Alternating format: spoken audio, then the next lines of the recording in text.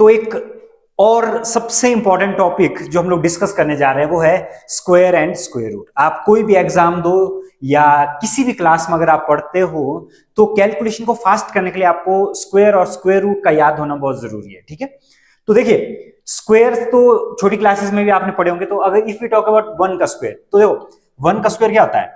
1 का स्क्वायर 1, 2 का स्क्वायर 4, 3 का स्क्वायर 9, 4 का स्क्वायर 16, 5 का स्क्वायर 25, 6 का स्क्वायर 36, ये तो आपको याद ही होगा। 7 का स्क्वायर 49, 8 का स्क्वायर 64, 9 का स्क्वायर 81, 10 का स्क्वायर 100।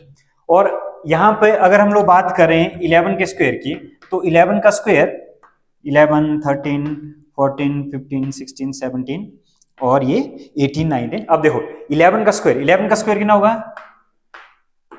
और 12 का स्क्वायर 144, फिर 13 का 169, 14 का 196, 15 का 225 और 16 का 256 एंड 17 का 289, 18 का 324 और 19 का 361 और 20 का 400। और अगर हम बात करें 21 का स्क्वायर, 21 का जो स्क्वायर होता है वो कितना होता है?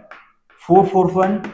22 का स्क्वायर 484 और 23 का स्क्वायर कितना होता है? होता है 529 और 24 का स्क्वायर 576 और 25 का जो स्क्वायर है वो कितना होता है? 625। ये तो थे स्क्वायर। वैसे तो 25 तक, वैसे तो 30 तक आपको याद होने चाहिए, लेकिन अगर आपको 25 तक भी स्क्वायर याद है तो इससे भी काम चल पड़ेगा। ये तो स्क्वायर थे।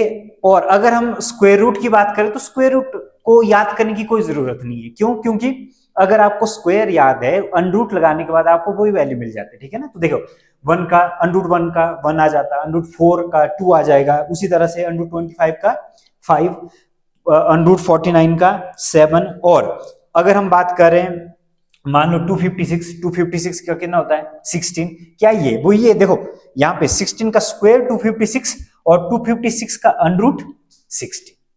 अब स्क्वायर रूट की बात करें 361 का 19, देखो 484 का 22 है और क्या है 529 का कितना है? 29 है और 625 का 5 है। बहुत सारे क्वेश्चन जब भी आप सॉल्व करोगे, जब भी एरिया निकालोगे या कुछ भी ऐसा कोई भी ऐसी प्रॉब्लम होगी तो उसमें क्या होगा? उसमें स्क्वायर आप इजीली फाइंड आउट कर पाओगे। इससे क्या होगा? टाइम बचेगा।